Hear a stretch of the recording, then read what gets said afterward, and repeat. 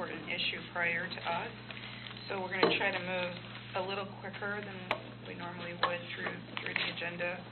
The first item is public comment. Do we have anybody that wants to speak to anything? Okay, seeing or hearing none. First item on our agenda is the meeting minutes of August 19th. Are there any corrections? Seeing or hearing none, can I have a motion to approve? So moved. Second. Okay. All in favor, signify by saying aye. Aye. Any opposed? That motion passes unanimously. Next item is our transit development plan. Well, Heather's coming up. I'll just give a brief introduction to this item. You see this every year. This is now our major update.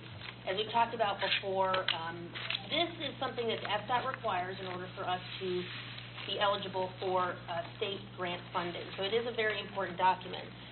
However, the way that FDOT has set this up is that it mandates good planning, and this is something that PSTA would do anyway. And so you'll see in Heather's presentation that everything that we've been talking about in the context of the path forward and visioning and all of these discussions then get folded into this comprehensive document of the transit development plan. So while it is a standalone summary of all the things that we've done, there are other decisions. Every decision, every piece of it comes from another place and another discussion that we've already had at PSTA. I also just want to make sure that it's said out loud that, again, this year, like last year, the majority of the work that has been done for this TDP was done in-house. Normally, over the years past, we've completely outsourced the TDP. And this year is the major update, and a minimal amount was put out to consultants. I think primarily just the surveys themselves. So I'm very proud of the staff for putting this together and doing such a good job at it in-house. Thank you. Heather. So as Cassandra mentioned, this is a required planning document, and it does incorporate all of the plans and initiatives that we have been doing over the past few years and then that we plan to do in upcoming years. So this table here that you see on the left is just the required components of the plan. And the right, we've just listed for you the things that you've seen before and already approved that are included in the plan and where they're included. The path forward serves basically as the foundation of this plan, as our strategic direction. And you will see later in this presentation how each of the tiers of the path forward are incorporated into the plan and how where different projects and initiatives fall within the path forward plan. The TDP is required to include a budget.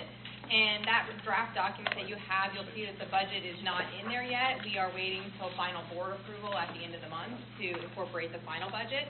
But it will be based on the 2016 serving as the base year. And then right now, those assumptions include fare adjustments, the advertising revenue increase, the budget savings that have been identified, and then also the Phase 1 system redesign that you approved at your last meeting. The implementation plan is organized by those path forward tiers. And so the first one being our ongoing continuation of customer-oriented public transit services.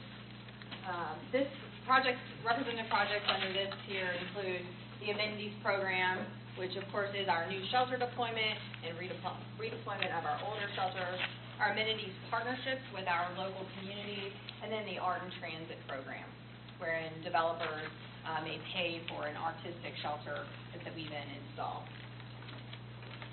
The customer-oriented public transit services also includes the fare streamlining and the eventual implementation of the smart card and the mobile pay. It also includes our regional service coordination, wherein we coordinate with HART and PCPC on a regular basis, where our routes connect or cross county lines. The expansion of the UPass program, we are actively working to expand that, and as you know, we have a few agreements in place right now. And then agency-wide customer service training, so ongoing training with all departments to to continue to provide the best customer service that we can.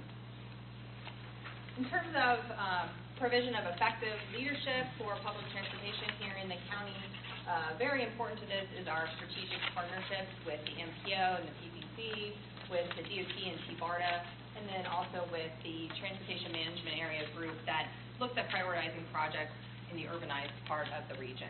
So all of these are important to prioritizing projects both on the local and the regional level so that we can qualify for funding through different federal and state programs.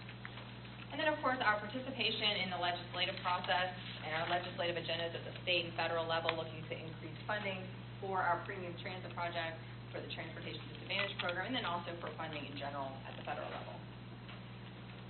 In terms of providing that effective and financially viable public transportation, our partnerships have been key here. We have partnerships with the local jurisdictions that have allowed us to provide trolley services into new markets. We also partner with our nonprofit agencies through the Transportation Disadvantage Program, which you heard a little bit about before in the discussion about the route redesign, and maximizing those partnerships and relationships to make sure that people in our community have the most options possible and know about them. We partner with and collaborate with other agencies as well, including DOT. We work with DOT on all of their roadway projects, especially the major roadway projects, on trying to identify best locations for transit amenities, for enhancing safety in those corridors as they're reconstructed. We work with the local jurisdictions on their development coordination and review. And then we also participate in this regional RTIES group, which consists of DOT, the MPOs, and transit agencies across the region, and prioritizes projects for funding through various state programs. Finally, we are looking to expand our sustainability planning efforts and identifying new initiatives that we could implement in the upcoming years.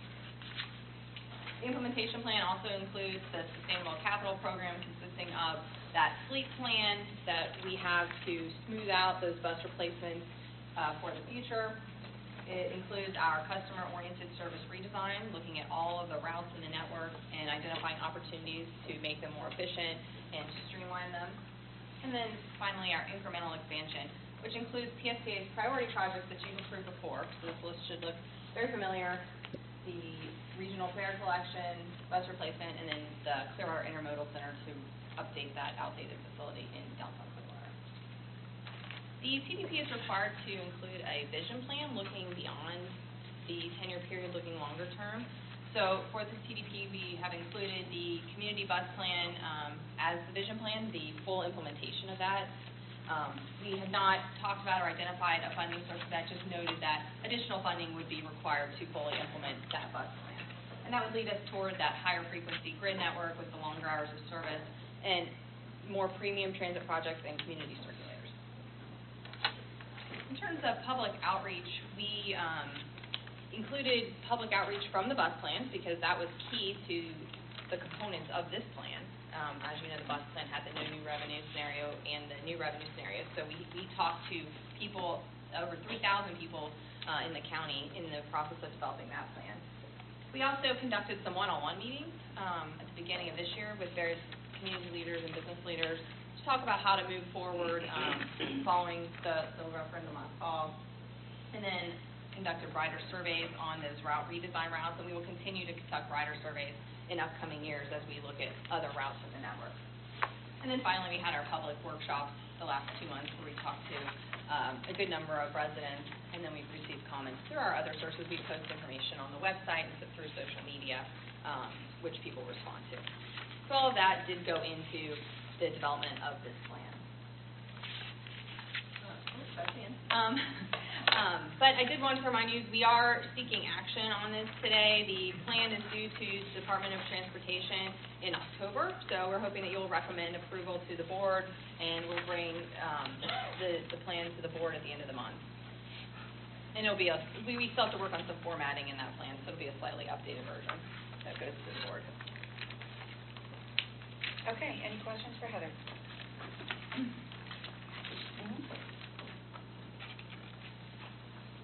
Oh, okay. Thank you, Heather. What's the process for how we get feedback on this plan and, praise input, redirection from FDOT once we submit this? And I would imagine they've seen elements of this in one shape or form or another anyhow? We have met with them. We met with them a couple of times to show them the outline of what we're planning to include, to make sure, we could utilize some of our previous planning efforts. And then once we submit the document, they'll review it, and we usually just get a letter of approval for the plan. If they do have comments, they'll submit those to us, and we'll make the adjustments and resubmit it. And I'm just curious, are there similarities in the structure of the TDP? Like, would this pretty much be about the same size and scope and organization as any other transit agency, or is this idiosyncratic, or? It's standard. I don't mean that in a bad way. No, it's okay. The state of Florida requires it, so they actually have a outline of what must be included in it, and so pretty much all the transit agencies in Florida follow a similar format. Just had a question. There was a slide that talked about UPass. It's just a general question. Are all the UPass agreements revenue neutral, or is it a net cost to PSTA? And if it's a net cost, how are we funding it in the budget? The way the UPass program works is that it's designed to be revenue neutral in year number 1. So PSTA is receiving funds from the UPass partner equivalent to, or hopefully slightly exceeding, the lost fare box by those riders from that entity now riding for free. So we break even in year 1. What we found, of course, what is designed, and it has been the case in every circumstance, is once it's free for the entire company or entity, then a lot more people start riding. And so we're not recouping the any revenue from those folks, but we weren't getting them anyway. So if you look at like the St. Pete College UPass agreement, if you looked at it today with the number of students that are riding today, it would look like we're losing money if you multiply by $2 everyone that's riding for free. But compared to what we were making before the UPass program, we're at least even a little bit more money. Okay. Yeah. So there's no incremental cost to us per se. There are more riders, but those are riders that we didn't have before the UPass program. Right. And we do have a provision in the UPass agreement that we sign with folks. If we can determine that their increased ridership generated increased cost to PSTA because we had to provide extra buses because it was too overcrowded, then we can renegotiate a new rate with them. So we have a protection against it costing us more. Okay. Yeah. So this document is what we're recommending today? Well, I haven't had a chance to speed read this. I think we got it this morning electronically. So I would be comfortable forwarding it to the full board, but I need to spend some quality time with it. This is the September 30th meeting. When is the full board meeting? September 30th. And that's when the full board will look at this or approve it? Okay. And it will be complete after the September 23rd budget discussion. So we have left some holes in there for decisions that are being on different paths. Okay. But it really is a summary document of everything that you've already done. So I hope when you review it, you'll find that as well. There should be no surprises, and there should be everything that you have already proved through other paths. It's just a compilation of all of your decisions into one document. Okay. And we'll send out a link to an updated document early next week. We still have some formatting to finalize. Okay. I would, if we can't get a document this size in the morning of a meeting like this, because you do have to have the time to, I mean, I might not need to read every word, but Sure. so, in the future. Even if it's the night before, it's better than the morning of, Thank you for all the work that you all have done on this. I did have one question. You've described it as a summary document of everything we've already done. Just talk to me about the connection of this document to MPO. We for quite some time, even before Mr. Blanton arrived at the MPO. The way that these documents, the TDP, the LRTP, the TBARTA master plan, how all of these documents should speak to each other. So our community bus plan was a foundation for the LRTP. The transit element of the LRTP was done by PSTA, and it was handed to the MPO for that element of their LRTP. We will take the comments from the LRTP, the decisions that have been made since the referendum, bring those into the next process. But this is a 10-year plan. MPO is a 25-year plan. TBARTA is a 50-year vision. So all of these plans should roll up and roll back. So we should take the information from each of those processes and put them back into our plan. And do they? Yes. Okay. And I don't know what the process is. And during the process while you're creating this, do you submit it to any staff at MPO for feedback, or I don't know if that's part of the process or not process? Not typically. They do post it after it's complete on their website, but that we don't tend to submit it for feedback. Okay. Seems like we might. The only reason I ask that is, there could be new things coming that we as a transit agency don't know that they're working on. Which also allows us, every year we do the update. Got it. Which also allows us to watch the decisions, be part of the discussion at the MPO, incorporate that into our progress report. It's not a static document in that we can't ever make changes or we have a certain period to make changes. They want us to do some good planning. They want us to understand the data behind our decisions. And so that's why FDOT asks all agencies to do this. So since we already do it, it sometimes seems redundant to do it again for the TDP. But so everything that we've discussed along the way, we've also discussed with the MPO. Okay. And, yeah, and we do, and they participate in, our meetings and our discussions on these projects, and then we meet with them separately one-on-one as staff also throughout the year about this. I just want to and other understand things. the process, and just, again, making sure we're linked and communicating. Thank you very much. Commissioner Vaughn.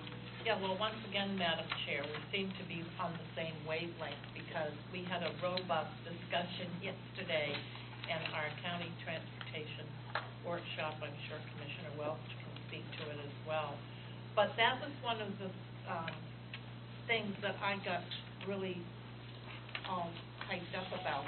There are so many acronyms that we work with as it relates to transportation and where we are, and where we're going, and where we need to be, that there doesn't seem to be any real focus on implementing all of our different things. I'm not saying it right, but the point that I heard you make, Cassandra, I thought what really kind of set my mind in a space about the functions of the different things.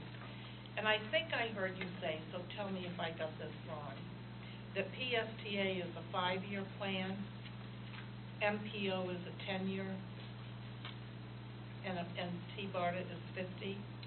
This is a 10-year plan. Ours is a 10-year plan. Ours is 10. And MPO is 25. 25. And TBARTA is 50. 50.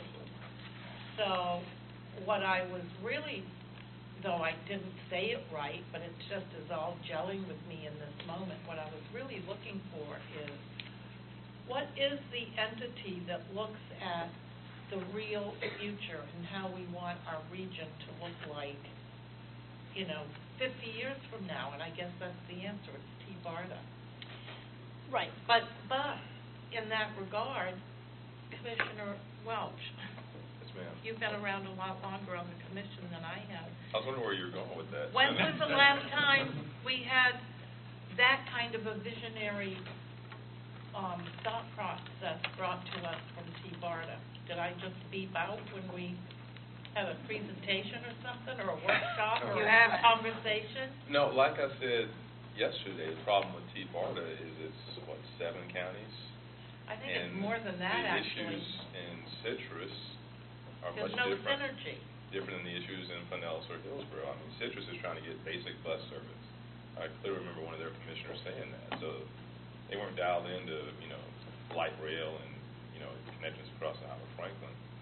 So I think that's part of the issue. T-BARTA is so big, and of course there were some political issues in resistance to T-BARTA. You were there at our previous ART PSTA meetings where, the whole merger issue kind of clouded everything. So I don't think T-BARTA's really functioned the way it was envisioned.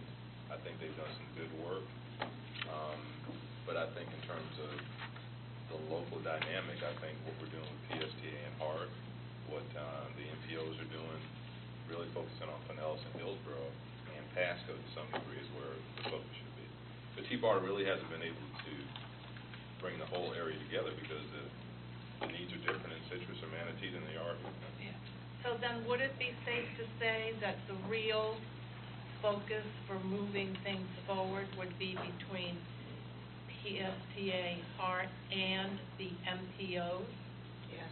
Not really necessarily T-BARTA because the synergy isn't really there. Do you I mean, I know what I'm trying to get at, I just cannot figure out how to say it right. Let me add a couple things that might sort of gel everything that you've said, because you were on the right track. Is That makes me feel good. all of these agencies have to work together. We, in the whole conversation that you just had, we and HART are the implementing agencies.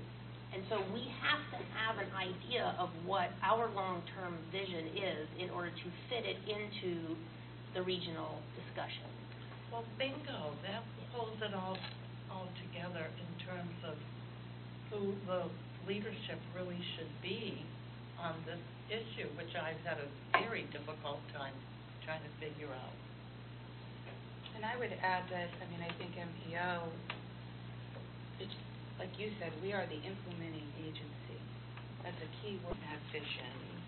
But it's the MPO, it should be starting with them. They are the transportation, all forms of transportation agency. Well, that's exactly right, is that we are a piece of the transportation system. And Right. so what we should have as PSTA have a vision of what the transit element looks like. They have a bigger role in the transportation for the entire. Right. Bikes, trails, roads, transit. They are also, Right. they are there for a particular reason. They are there to help the whole area prioritize our federal dollars. And so that is a very important role for the MPO. And so, yes, each agency in this discussion does have a role. If I could just add, I think Whit and I I'm have had seeing him over there discussion, shaking his head. I can and- see the other side of my eye there. Doing this. No, you're not. You're going like this. I see you. I didn't even see you. I'm glad I was right. Let's use the mirrors. And the MPO has their workshop on Monday. Right. On Yep. Monday, which I think will sort of set the ball rolling toward, I think, somewhat more what Cassandra was describing and what you were describing, Chair. It seems to me, and then Whit and I have talked about this, that over the years, the MPO has not played that role. No. The MPO has, quite frankly, rubber stamped whatever FDOT wanted on the roadside, and then given PSTA a minute at the end of the meeting to say what's going on over there at PSTA. Well, that didn't happen until you came along. Well, maybe that didn't even happen. Yeah. But and I don't think the MPO has seen itself as the role of prioritizing federal funds and state funds and looking at the different modes like that, which I think is all gonna change. Or, you know, PSA still has excellent transit planners that work here and will communicate and do the detailed route by route planning. But the major decisions, I think, is better for the community if they're made collectively, all the modes together at the MPO. Yes. Yeah, Madam Chair? that's gonna be a Yes. shift in I have one other. mind. Yes, please. Well, It's not gonna happen overnight, but. Whit was at our meeting as well yesterday, and I think that is certainly an indication of how far we've come. I don't remember previous MPO directors being at county commission meetings. I think our role certainly has changed and our vision has changed as an organization, certainly since Greenlight. But I think, you know, there's a saying, you have not because you ask not. PST really hasn't provided that leadership role, certainly if you go back a decade. We were very inward-looking. Certainly with the development of Greenlight and all the partnerships that we had to develop, we became more of a partner with those other agencies. So it's not just MPO and T-BART, it's PSTA as well. And we've changed, you know, our approach to transit and how important it is. So I'm really happy with where we are in terms of partnership, and Commissioner Long raised some great points to the table, but I think there was just a different perspective on what transit and transportation means to the area if you go back 10 years versus where we are now.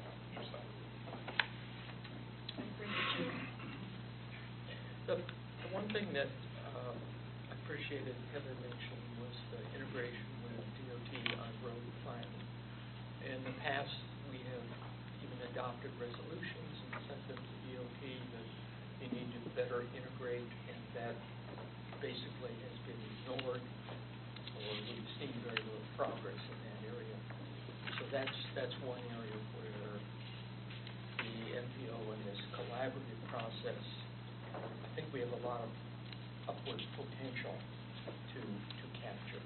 I would agree. Thank you, Madam Chairman. Russ is going to share with you some things that happened yesterday in our meeting. But while I was sitting there, and this is until I started working with this part, tiny part of PSTA, I didn't realize how important it is. The Veterans Administration is sitting there. All the workforce that we, as citizens of Pinellas County, support, Neighborly Senior Services, Area Agency on Aging, every disability is represented. All of the people that are homeless, your homeless agency, yours. But I'm talking about a large, much larger percentage of people that cannot continue to exist without transportation. We're part of everyday, everybody, your neighbor in this entire county. We touch everyone, every part of the county. And I don't think anybody has really, what Ken was saying is so important. We were inward, and we need to be a part of and let everyone know. We're here. We're here for all of the citizens of Pinellas County, whether they have a job or not, whether they have a disability or not, whether they're like me, old, and, you know, my kids telling me, get off the road, mother. You know, but that's not what we think about. All we think about is, please move over so I can get by. We don't think about, well, we need to provide a way for Mom to get there. Okay, either she's moving in the house with me or on the bus. So, and Heather, isn't it true? How many agencies did you work with for TV? A lot, I don't know, 30, 40. 30 or 40 agencies that we support are a part of us. They are our partners. Thank you. Thank you very much.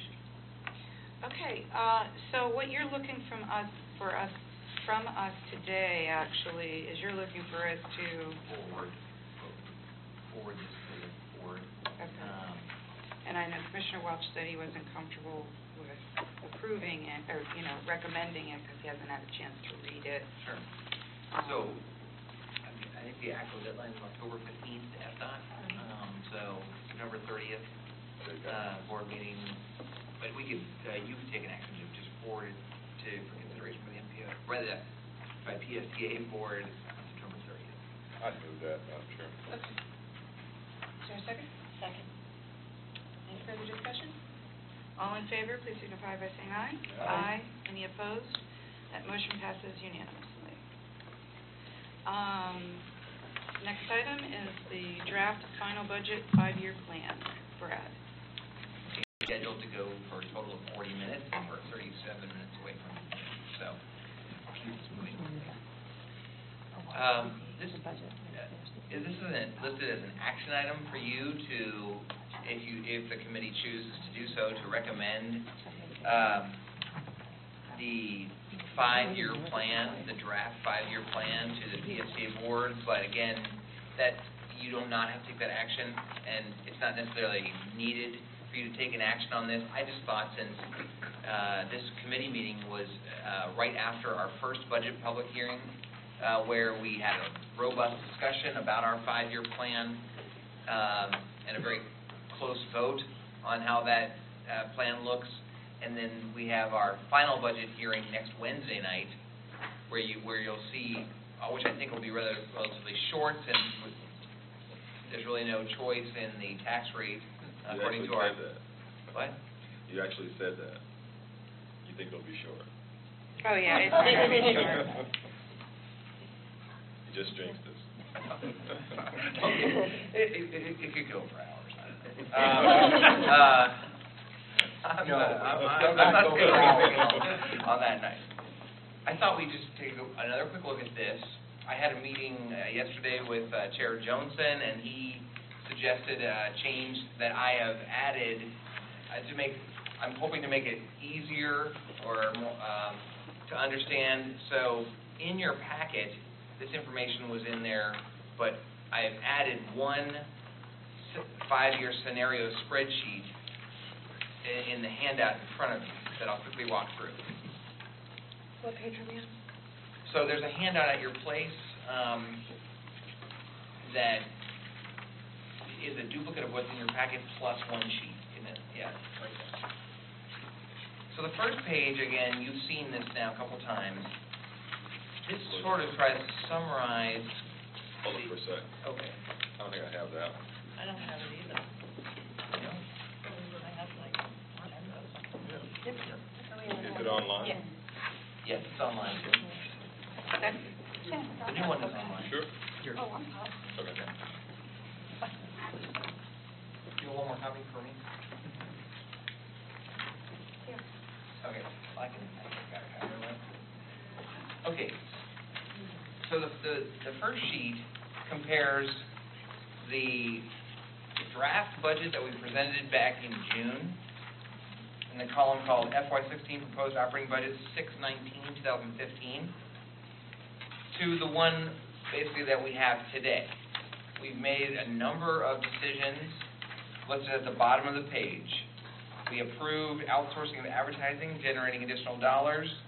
We approved some of the cost-saving service adjustments, but not all of them. And we approved last week the fare adjustments. And we've essentially been told by our legal counsel that we cannot make the decision on the 0.75 gap.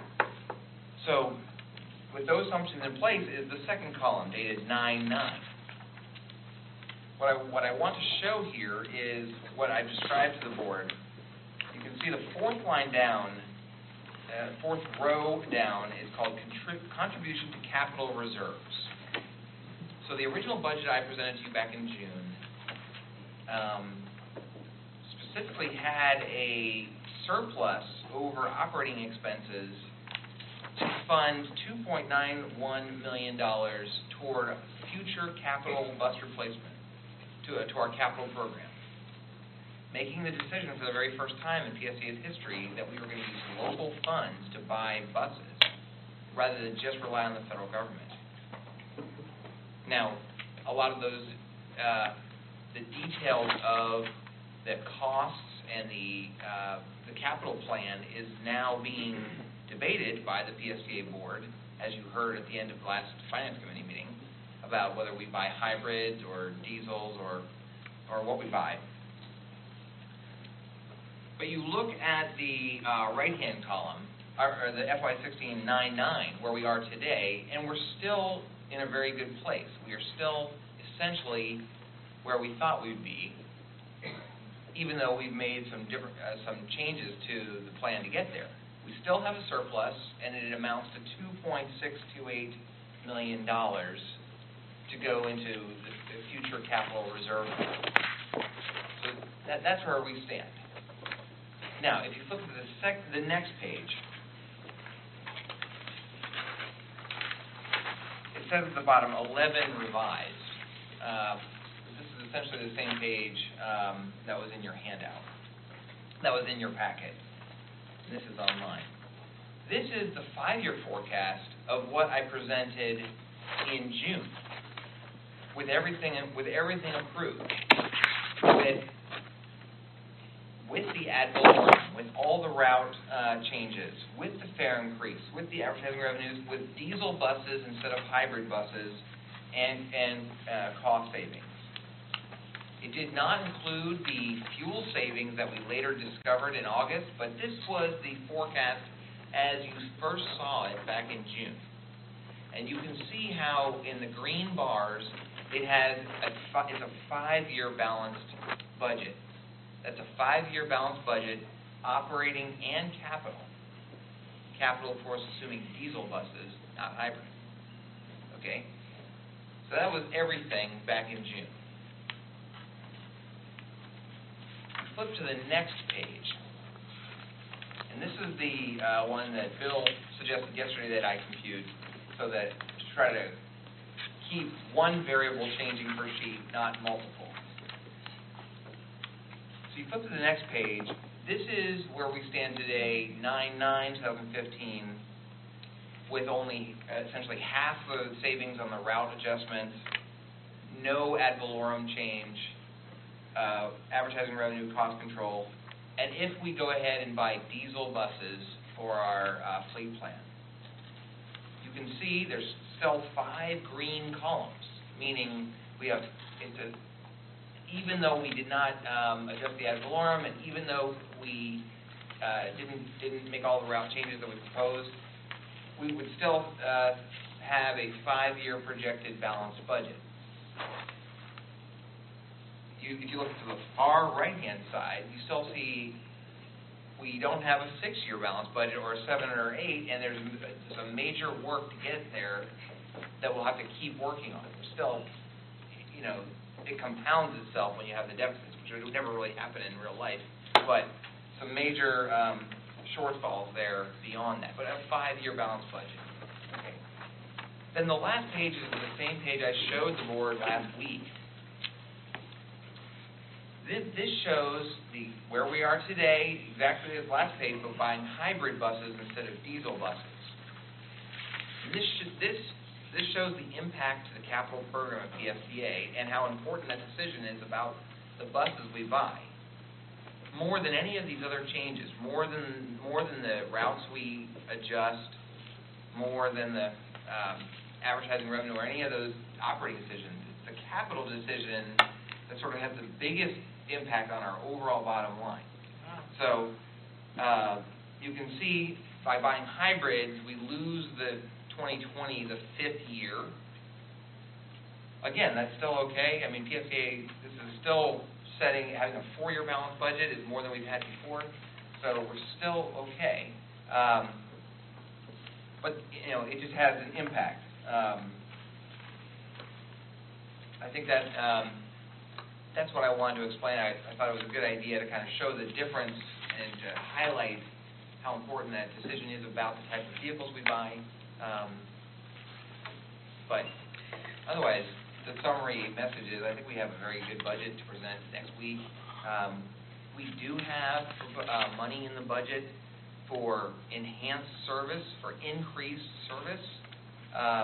We are having a ribbon cutting because one of the plans is to enhance service on 22nd Avenue North. So that's going to be our first example of that. We've got $200,000. Again, it's a budget that I'll be recommending that completely follows our Path Forward strategic plan, and I think has a lot of good initiatives. Thank you, Brad. Questions for Brad? Commissioner Walsh. Thank you, Madam Chair. So this is the two, in terms of enhanced service, this is all coming out of the $200,000 pot Yeah. per year. Per year, yes. So give us an idea of how much service that $200,000 can add. I mean, what are we adding on 22nd? Is it better frequency? How do we get better service out of that $200,000? No, again, the 22nd Avenue North is not coming out of the $200,000. Okay. The 22nd Avenue North is coming out of the savings to the Route 30. Okay. To the 30th Avenue North route, which is no longer, basically being putting that money into the 22nd Avenue North with increased frequency and longer hours in the evening. What frequency does that get down to? Is it 15 or 30? We will get you that information. Okay. It's 50. 50. 50. Is improved It is a service. slightly improved. Better than 90. Which is what it's now. Yeah. Jeez. These are our worst performing routes. Right. I'm sorry? These are our worst performing routes. The ones we're getting rid of. Yeah. But 22nd Avenue is the one that's going to be 50 minutes. Yeah. So we're funding some of the improvements out of the savings from cutting the worst routes. That's right. And so in order of magnitude, what $200,000 would get us, I mean, roughly that equates to about 2 buses running all day. $100,000 a bus is sort of a rule of thumb, but I think what we're going to recommend is not launching new routes, but taking a look at the routes that either seem to be relatively productive despite their low frequency, meaning that there's some demand there, and improving their frequency, or making recommendations to expand service on the weekends. We have very, very limited Sunday bus service, and anything we can do. Of course, that's a lot. You can go a lot farther with the same $200,000 if you do it 52 times a day instead of 52 times a year rather than 365. So I think we're going to look at especially weekend span of service and maybe some frequency enhancement. I was at a Child Park Neighborhood Association meeting last night. The county has an Adopt a Block program development that we're bringing down there. You're right, yeah. Florida Dream Center's bringing down there. Folks there were asking me questions about the community bus plan and about shelters and about, are you going to be able to implement any of those improvements in frequency? I mean, the expectation is out there after the couple of years of green light. So I'm just concerned, like shelters, for example. I got questions on that, and even the little, I don't know what you call it, but it's where the stand is, where the sign is. You got a little mini seat on each side, things like that. Are those funded in the $200,000 or? Those are funded in our capital plan. Okay, so we're going to be able to put those kinds of improvements in, shelters and those seats and those kinds of things? We have money in the budget to put those in. We don't have as much money as we did under the Green Light Finance Plan, but we do have a bus shelter and transit amenity program that includes funds for those seats you're describing. Yeah. Doesn't the Lillman area include Crystal Lakes? Right. And that's 444? It is. I'm just telling you that that's slated for cuts, and that's... And we had a discussion at our commission meeting yesterday about our road projects in 62nd Avenue. Right. It is a priority, but it's for the next penny. But it affects that very section that Crystal Lakes is on. I wanted to feed off of what you were talking about. One of the things I kind of talked to Brad about yesterday, and I wanted to bring up today is kind of where you're going and I didn't really know how to get there with this budget, but I did talk with Brad about this. I feel, after listening at our last PSTA board meeting, I know we have the community, this reduction and addition 10-phase plan and all of that, okay? Just putting that aside, I feel the best thing we can do is look at and maybe this goes along with that, is look at the routes we have that need or are desperate for improvement, meaning fix what we have now, versus,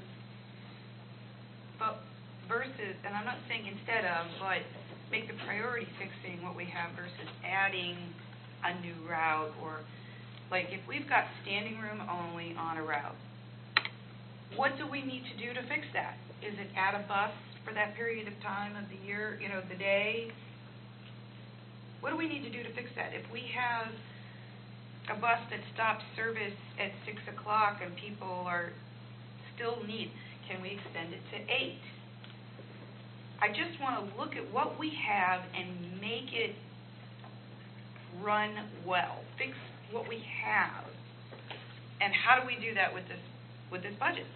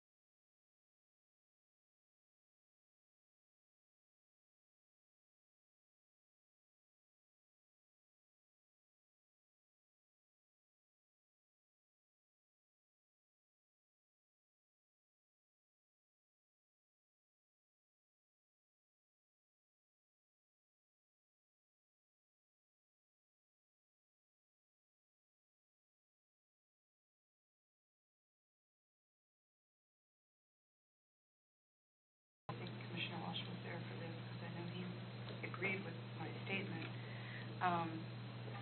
And I don't see it on the future meeting list.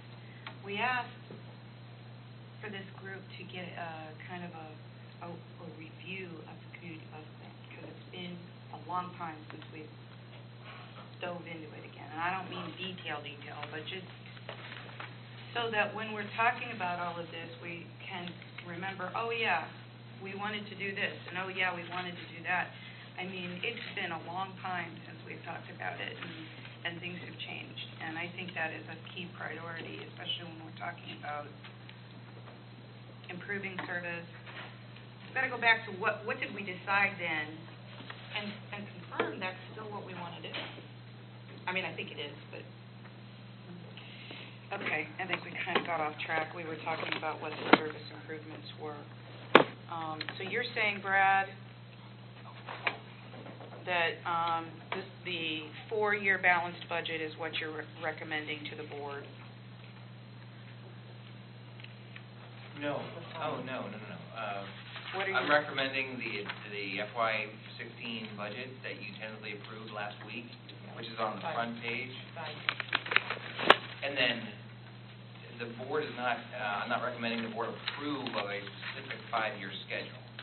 We're in October, hopefully, that might be a long meeting, but in October, we will maybe make a decision on 1 year's worth of buses to buy, maybe some strategic thinking about where we're going to go with our capital plan, and that decision will decide the rest of it.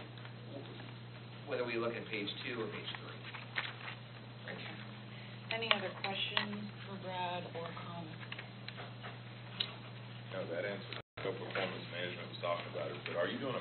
cost, I know in their materials, they had a comparison between electric, CNG, and hybrid. Yeah, all those, But, you know, like the operating cost for each one, you had like a 40K difference for hybrid. right, so that's the life cycle. That factors in over the life of the bus, including the upfront purchase price, and then savings.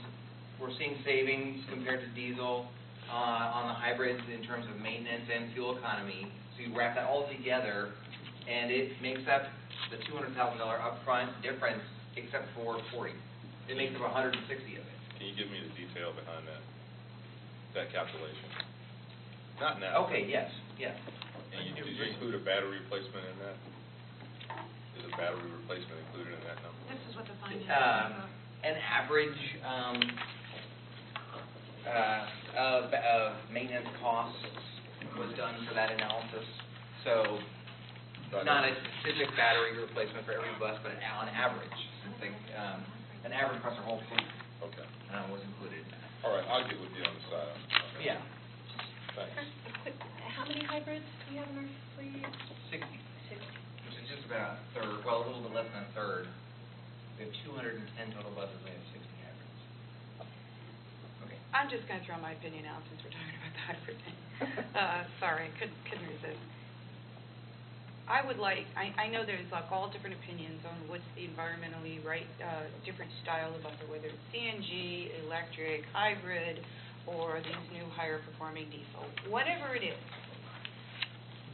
it might take a little pressure off the organization and staff to be able, I mean, you're talking about October, which is just weeks away, really, to just say, let's continue on with the program we've been in, which is to purchase the hybrids for this coming year, and then take the time you need over the course of the year to then determine what we should do. You know, to do it right, to think about it, to analyze it. I mean, it's not a decision that has to be made today or even in October. If we can just make a one-year decision quickly to give you all the chance to do the research and do it right and decide which direction we should go, which I have no clue which is the right direction, but that keeps changing based on new technology. it does, but I mean, you know, I'm just saying it might ease the pressure. It's my suggestion, I'm not saying we have to, I just put that out for you all to consider. Okay. Okay. Susan, are we going to give everybody the same thing that the finance board got for the analysis of how they... Every board member already received the presentations. They all got them electronically and then they're online. But yes, well, I would imagine at the October meeting, perhaps not all of the slides, but a summary presentation. Because that makes a difference. Yeah. Okay. Okay, thank you. Okay. All right, we've got 15 minutes. How is everybody's on time? We didn't get into this meeting until 10 till 11 to begin with. And I apologize for being so late, but I do have someone sitting and waiting for me for a lunch date at noon, so. Okay. Do we have And the I have to presentation? drive. Do we have the presentation available on DART? While we're waiting for Brad to get, can I just make somebody aware of something that I just read? Are you all aware that the legislature has filed a bill to privatize links and that there's initiative even at the federal level to revamp transportation and make it a private deal? Privatize links. Orlando. Right. I knew the name, I just didn't know where it was. They want, how do you just do that? I mean, how do you just It's our privatize legislature. a public Have you been- organization? Well, funds. Does Links want this? Wait, I think what it's State Rep for Newer, and I think what he's trying to do is they've lost their CEO, moved to Charlotte, is to have them explore whether private management makes sense, not to privatize the whole organization. Got it, okay, that makes sense. And Yep. my understanding was it was to be something that was just at Link, but to look at the entire, to have every transit system. To look at the go through model. that. To look at the But model. I haven't read the bill.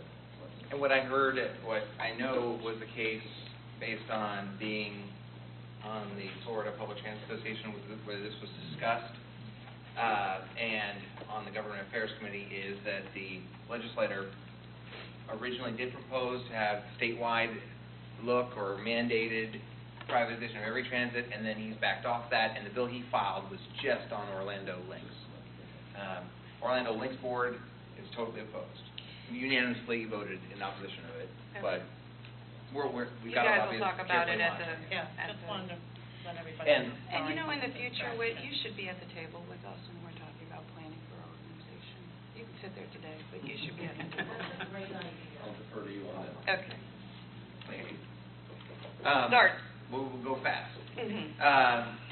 This really is somewhat of a hybrid planning and operational issue, but I wanted to bring it to this committee since it emerged from a request by Commissioner Welch at a meeting, I think the May PSTA meeting, to give an update on where we are with our management of our DART paratransit services. And I'll go quick. But this is a very good news story, and I want to thank, you all know Ross. Ross Silvers oversees our overall mobility programs, Transportation Disadvantage, DART, etc. I want to introduce Barry Michaels, who's in the back there, sitting next to Vivian. He is our new mobility supervisor.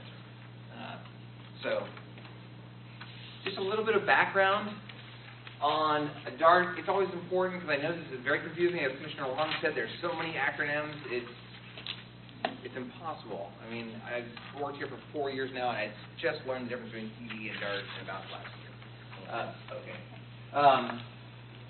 DART is not the same as TD, even the Transportation Disadvantaged. DART is a federally mandated program that PSTA runs for people with disabilities who cannot ride the regular fixed route bus. That their disability keeps them from able to ride the regular bus. It does not have to do anything to do with the discounted bus passes. It is for people who cannot ride the regular bus because of their disability. This is a right that the Americans with Disability Act put into place 25 years ago. PSTA, this kind of speaks to the Orlando Links issue. PSTA has led on this issue by privatizing our paratransit program for 20 years. HART runs their service in-house with government employees. PSTA has always been has been privatizing this for a long time. I know that those who have been on the board have had a lot of discussions about those private contracts, but the one where we're in now is fairly stable. PSTA provides a relatively large number of trips on DART. We have a large paratransit program, about 1,000 a day. You look at this comparative statistic at HART. HART has the same ADA mandate that we do. Hillsborough County has, 50% more population than we do, likely 50% more people with disabilities than we do, relatively so, and they provide half the number of trips on their paratransit that we do. Wow. They often complain to their management and brag about PSTA having half the cost because we contract out, but in total, since we provide so many more trips than Hillsborough County, we actually have a higher budget, $6 million allocated to this in our budget than HART does. Pinellas has always been a lot more than Hillsborough County. Maybe we have a lot more assisted living facilities, a greater senior citizen population, whatever, but it has been a long-standing case that we provide a very high number of paratransit trips with a very few number of staff. PSTA has 2.5 employees dedicated to DART because we contracted out entirely. What PSTA staff does, what Barry does, is oversee approving of new people coming onto the system. You have to fill out an application form, get your doctor to sign and say that you cannot ride the regular bus, therefore you can get the DART service. this is what PSCA does. We then assign you to, once you go through that process, we assign you to one of our contractors. And then from then on, pretty much the customer interaction is 100% with either Yellow Cab or Care Ride. PSCA is not involved in the day-to-day dispatching or operations of this service. Just on the new folks, people coming off of it, and we have a substantial amount of contractor oversight. Again, as I said, we have a contractor now with 2 vendors. Care Ride, which is a van service that is owned ultimately by the Bay Care Health System. Care Ride has been a contractor with PSA for a long time, and they provide, in my opinion, I think it's fact, excellent service. We never get complaints from folks who need a wheelchair and are assigned to Care Ride. They're really, really good for us. They also are about double, triple the cost per ride of Yellow Cab. Yellow Cab provides 2/3 of our trips. It's for people that don't necessarily have a wheelchair. They're ambulatory, but they have another disability so that they cannot ride the bus. They get assigned to Yellow Cab. PSCA has had contracts with cabs for a very, very long time. From 2011, when our contract started, 2014, the service, the quality of service, the number of complaints we were getting about Yellow Cab service was comparable to the last 20 years of cab service. Cab service is not as reliable as a dedicated van service. It isn't anywhere in the United States. You know, the cabs would much prefer to get a higher fare at the airport, and they're not always reliable, as you know, in Pinellas County.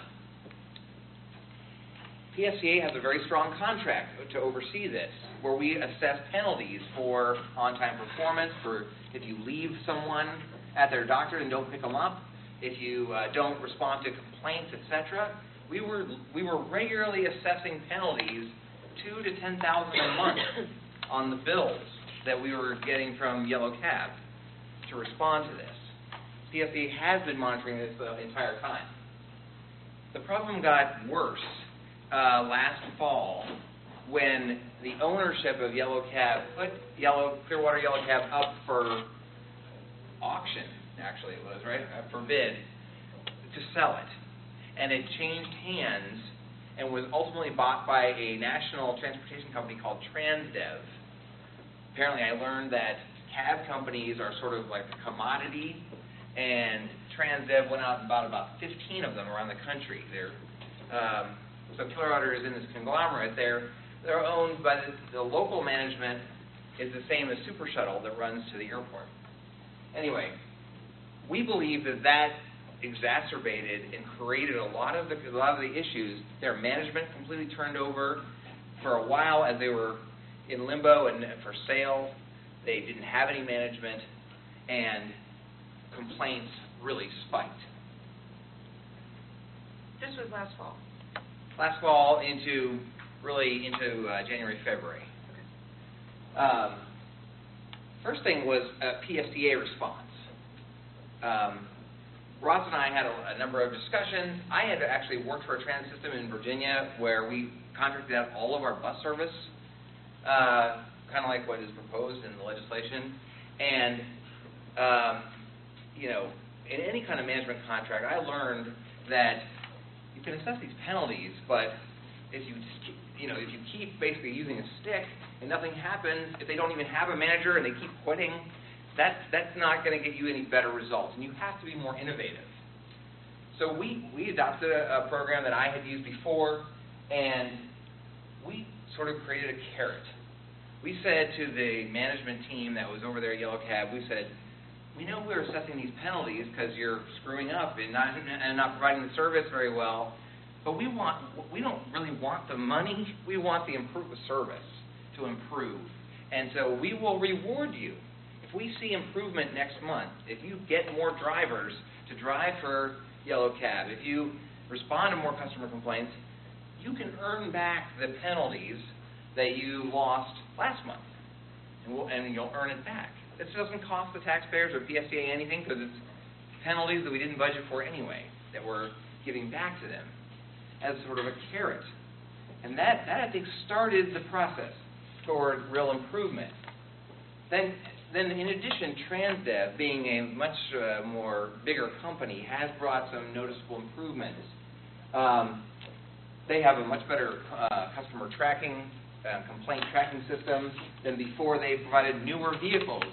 There's some blue vehicles that are called Express that say if you drive by one of them and it says PSTA DART on it. They have some new vehicles, not just yellow cabs.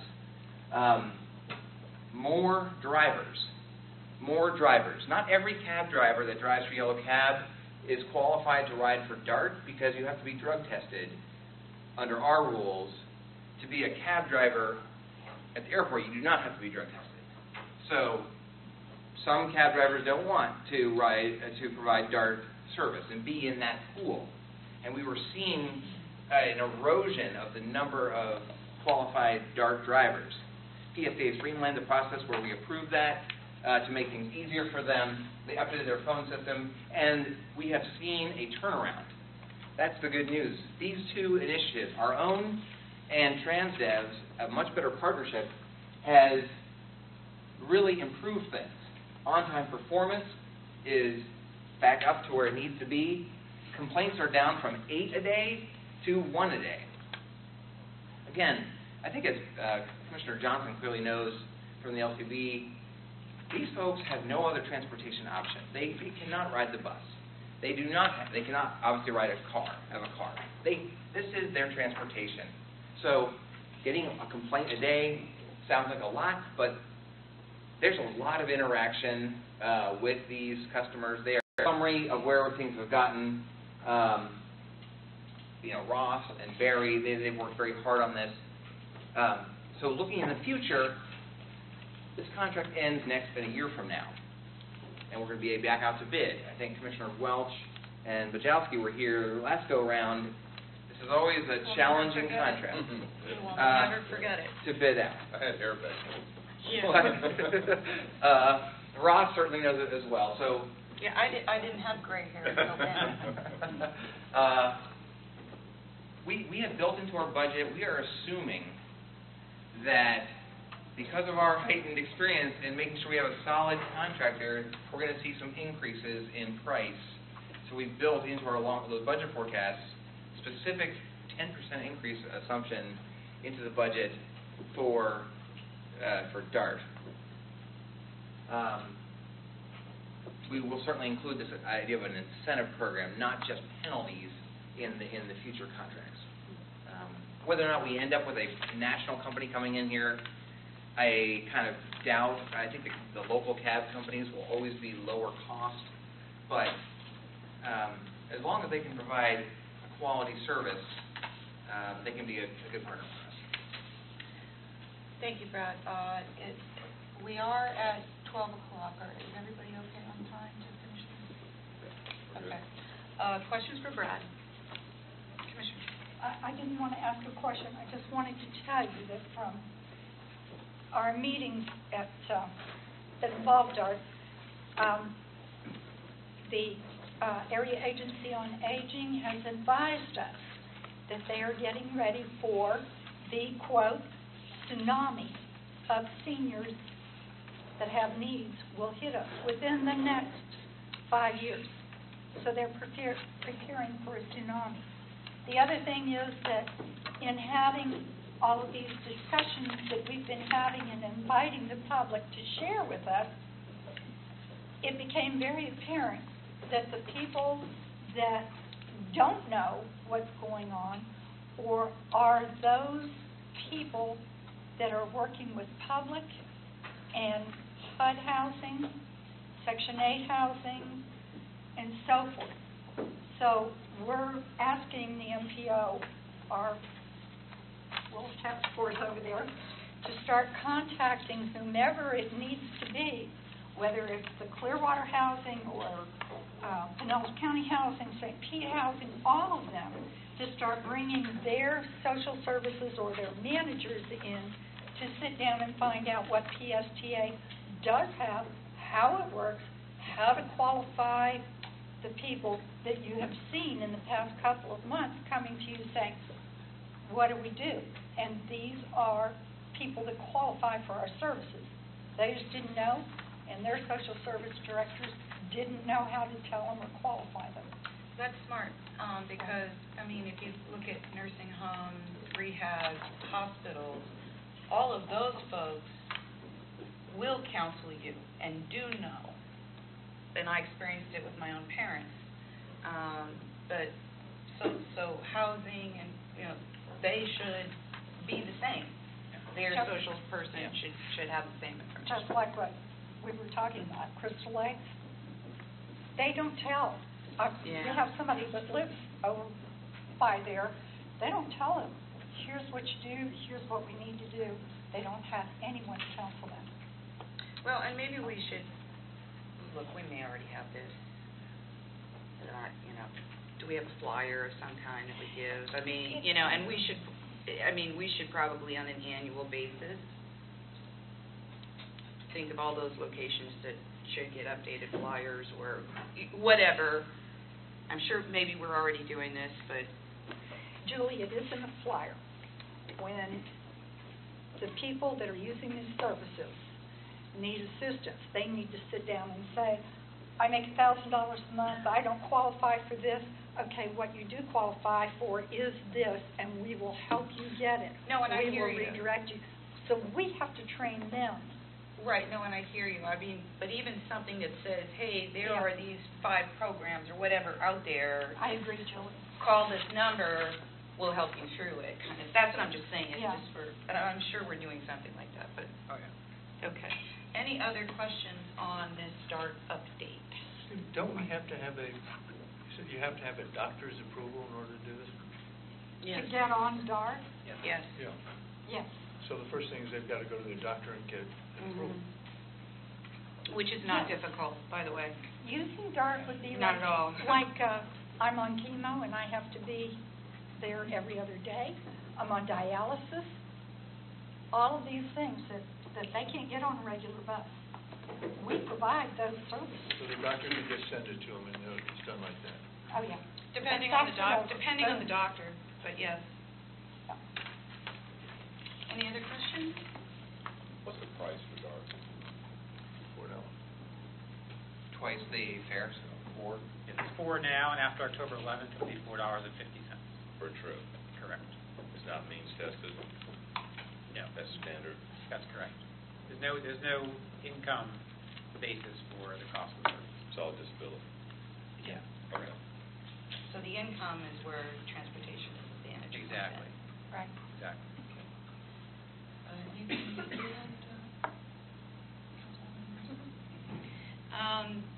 Knowing, well, 2 things. Knowing that we have this RFP coming up in February, which is very close around the corner, let's work with Alan and our purchasing department, and let's go into it knowing the turmoil that has come with the last 2 RFPs. And let's really go into it proactively to counter any of that. We need to be as when I say spotless, not that we did anything wrong, but we need to do everything we can as a countermeasure not to have protests against our RFPs. Now, we may get it anyway, but if we go into it saying we did absolutely everything we possibly could and in overkill, then that gives the board, staff, you all, everybody, a level of confidence. I mean, these, transportation can be sketchy on these kinds of things. The people on the other side, I mean, it's like waste management, no offense against anybody. But I mean, it can get almost mafia-like. So we need to, and I'm just saying that in a funny way, not in a condemning way, okay? But it's, haha. Oh, come on. It was funny. So we just need to do everything we can to make sure what we've done, what we put out there is very self-explanatory, what we're expecting. And then the second thing I was going to add, and I appreciate all the steps that you went through to solve this issue. I didn't know there was an issue. So I think especially with DART, because it has been so controversial, it would be important to keep us abreast when an issue is going on. Just because it has been one of those lightning strike, polarizing kind of things over the years, it's important for us to know that, that we're getting a lot of complaints, so that we can be prepared if we get approached by our constituents. Well, this whole presentation and discussion came out of, I think there was a citizen that came to Yes. the meeting, and then I think Yes. there was some emails or letters that went to, Right. back in the springtime.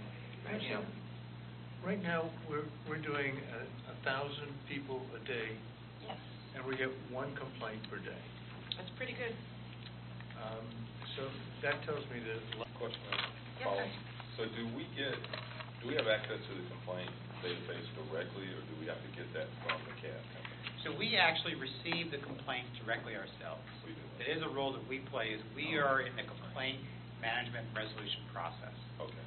So they come to, we encourage people, last year we actually did a campaign where we actually did a mailer to all of our DART customers for the exclusive purpose of reminding them that we encourage them to contact PSCA directly with any concerns or complaints they have about the service. So that was a specific effort we did to make sure they knew we're here to hear them and to be their voice and to get things resolved. Okay, great, thank you. And they're actually reviewed.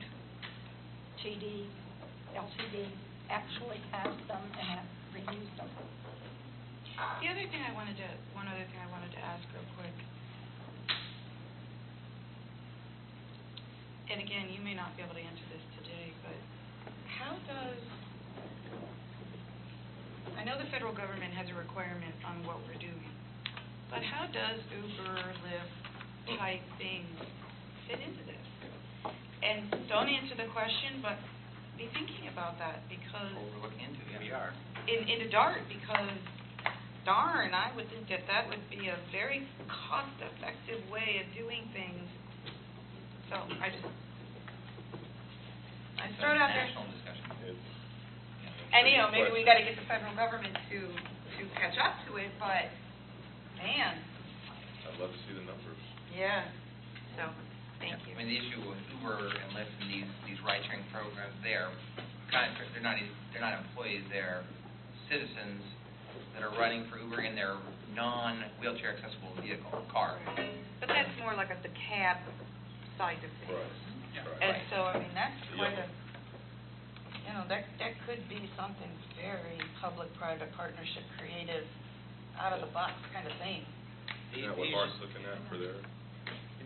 The real question will be accountability. Yeah. We have, the key, as Brad presented, is having managers who you can hold accountable to make things happen. And at Uber, they have very minimal control over their drivers. That's our biggest concern going in.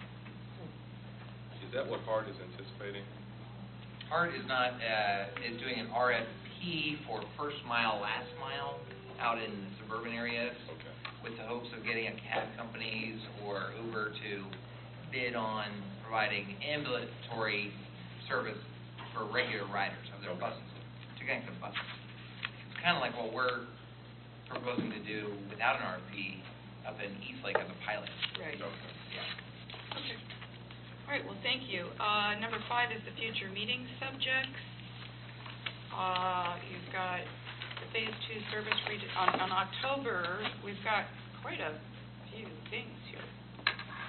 The Phase 2 service redesign, shelter distribution plan, which I'm sure will spark a lot of conversation too, meeting schedule, and the rideshare alternatives. I mean, should we be planning for a longer meeting if we're going to cover all, the 3 of the 4, I think, become lengthy conversations? I mean, and we can do that as long as we do it ahead of time. I think. Yeah. We may want to make this a through lunch kind of thing, maybe have lunch brought in or something. Okay. Just because, I mean, the rideshare alternatives program, alone, I think is going to spark a ton of conversation. And then shelter distribution, I can tell you right now, I want to know more about our partnership that we designed some years ago, and I don't know where it is right now, about working with municipalities and getting more shelters and all of that stuff. So I think it's going to be, does everybody agree? I'm good. We're working through. So if we Don't want to remind performance management. So we still keep it at 10:30 and then maybe order in lunch and just knock it out, whatever it takes. 10:30 being the target. The start date, yes. The start date, yes. Right, we used to start at 8. Is that for you? I won't be here that day. Oh, you won't? Okay. What date is it? The 21st? 21st? October 21st? Yes. In Cuba. Oh, you lucky you. Is that a... Work trip. Oh, you going to check out? Very nice. Very nice. Let's see, October 21st, did you say? Yes. Mm-hmm. Well, I'm assuming I will be here because of almost listeners. Oh, it depends. Here we go. Well, you tell me, you might know. We run succinctly with the Tourist Development Council, do we not? On the At the same time. third Wednesday? I mean, that's when I have it always repeating in my calendar. And I think, isn't October when you're going to talk about Baseball? splits and the PDC? Aren't they talking about, I don't know, aren't they having another The capital conversation? plan. Yeah. If that's the date, it's not on my calendar, but, Because if they are, I won't be here either. I'll be there. We will. So we do may that. want to look at, See if there's a better when are date. you coming back from Cuba? I will be gone the 19th, 20th, 21st, and 22nd, so I'll be out my whole week before Friday. Which I'm sure you don't want to do anything on Friday after traveling, but I was going to suggest maybe Friday. I'll do it. 23rd? 23rd? And again, I don't know if the TDC is talking then or not. I got to find out, but I did remember that whenever they were talking, I would be going. We'll have to check it out. I'm not going to be here on Friday. Oh, you weren't? I'll Okay. be in Washington, D.C. All right, well, we'll look at all of it, and Okay. Rachel will do a doodle, and not And what I'm it sure is. the finance committee will Doodle love to noodle, talk whatever it is. about CNG, fumes. Well, and I think you guys are going to end up having a long conversation, too, so it might... Rachel said nobody's going to be there. She has, Well, if we can't schedule it at all a different day that week, you know, we've got the board meeting. And the following Wednesday. So. Okay, what is, Figure out- what about Monday, the 26th? Does that work for anybody? Bless you. Bless you. Thank you. The board Okay. package will be out already, and if there's any decision that's made after the board package goes out. Yeah. I hear you. Right, how about we just find out about that Wednesday, maybe? I'll see what I can Get in find out touch, about the Tourist Development and then Council, maybe- and if not, we'll have to plug away without you. Okay. The only other option is, if it is the Tourist Development Council, we could do this meeting in the afternoon. It just kind of messes with you, but... All right, let me find out about the Tourist Development Council, and that'll solve that thing. Okay, and back to the agenda. November, we have Strategic Communication Plan. At what point do you think you all can do the community bus plan review? I would imagine that is, again, a long dialogue, so it would be something you wouldn't want to do with a bunch of other long things. Yeah. Well, we can. Maybe November? Well, you can move some other things around, and since that October is pretty heavy, we do need to talk about the Phase 2 service redesign, which is becoming Phase 2 and Phase 7 together, too, so it's a pretty big discussion, and you asked for last time to have Right. more of a workshop-type discussion about that as well. Right. So, Can I ask you a 50,000-foot question on that? Is that cost neutral? that is the goal. Oh, that was a good answer. Okay. Brad, could you give us an idea a little bit about what the strategic communication plan is?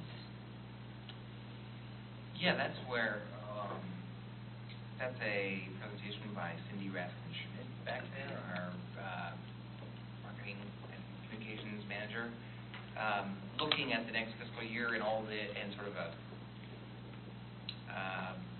more comprehensive discussion and presentation of our all of our communication strategies, not just a marketing plan. She's got already moving ahead pretty well. So is the idea to kind of time this with the, getting ready for the new calendar year and looking at the year ahead? Okay. All right.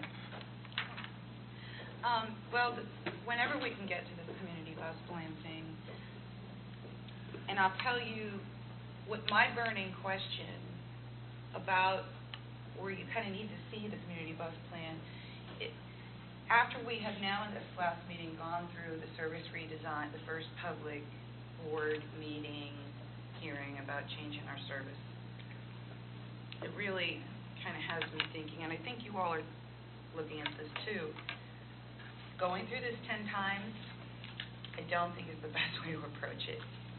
And so I almost feel I don't know how it works financially, but philosophically, let's rip the darn Band-Aid and be done.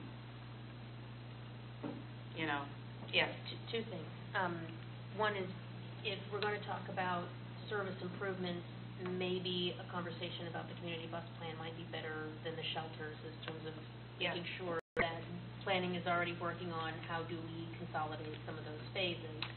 In addition to that, probably won't have another public hearing on it. We will have workshops and talk to people, but you aren't required, if we don't have major changes to the service, you won't have a hearing be required. And so as we start to look at what those route redesigns look like, if there are major changes, then those trigger a hearing. If there aren't, so. Well, and maybe the major change ones can be combined together, and maybe we have to do it differently where we're not, I don't know, I think we don't want to get into it with 10 meetings. I think it just draws more angst, more bad attention. We're already there. Yeah, okay. All right, so you're saying maybe, all right, you'll let us know, maybe instead of the shelter distribution plan, we'll talk about the community bus plan. Is the group okay with that? Does that make sense, everybody? And then maybe we just put the shelter info to read. And maybe we can put that on our November meeting? Absolutely. I mean, we're on it, we're discussing it, we know what the phases are of that, so we can put it together so you can just read it. Great. As an info item. Thank you. Okay, other business, phase 2 service redesign, public outreach. Did we already just cover that when we were talking, or is there something else? We're looking at, Under other business. go ahead. This is how we are going to kick off the phase 2 service redesign. The public element of this will be presented to the St. Pete City Council on October 1st. Our plan is to have a series of public workshops in the mid to late October timeframe. It would come to the planning committee during that timeframe. We are expanding the public engagement because we are also expanding the geographical coverage of this phase 2, like I mentioned, to include most of South St. Pete, so the downtown and all of that area. So that would then come to, we'll get you a list of when those public workshops will be in mid and late October, and we'll send those to you October 1st. Madam Chair? So is this a work session at St. Pete? you know, this is an information item, and we'll talk about what is the process that we're going through. We won't necessarily talk about, we'll talk about goals and process, not product. Where is it then? At the city council, it's just a report item to them. During their meeting? Yes, during their meeting. Okay, is it a regular meeting or a work session? Is it upstairs? It's a or regular downstairs? meeting upstairs. What time is that? Let's see. Which October? October 1st, I think. October 1st. That's a morning meeting. It starts at 8:30 a.m.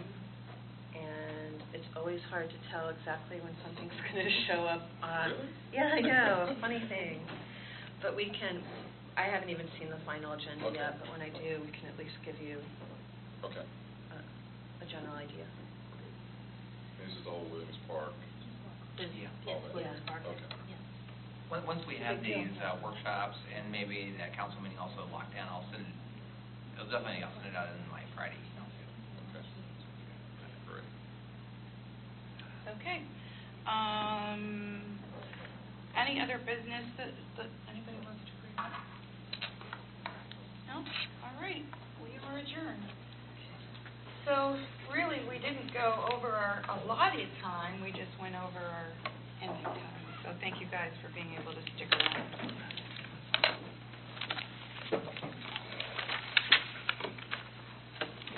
Is the county looking at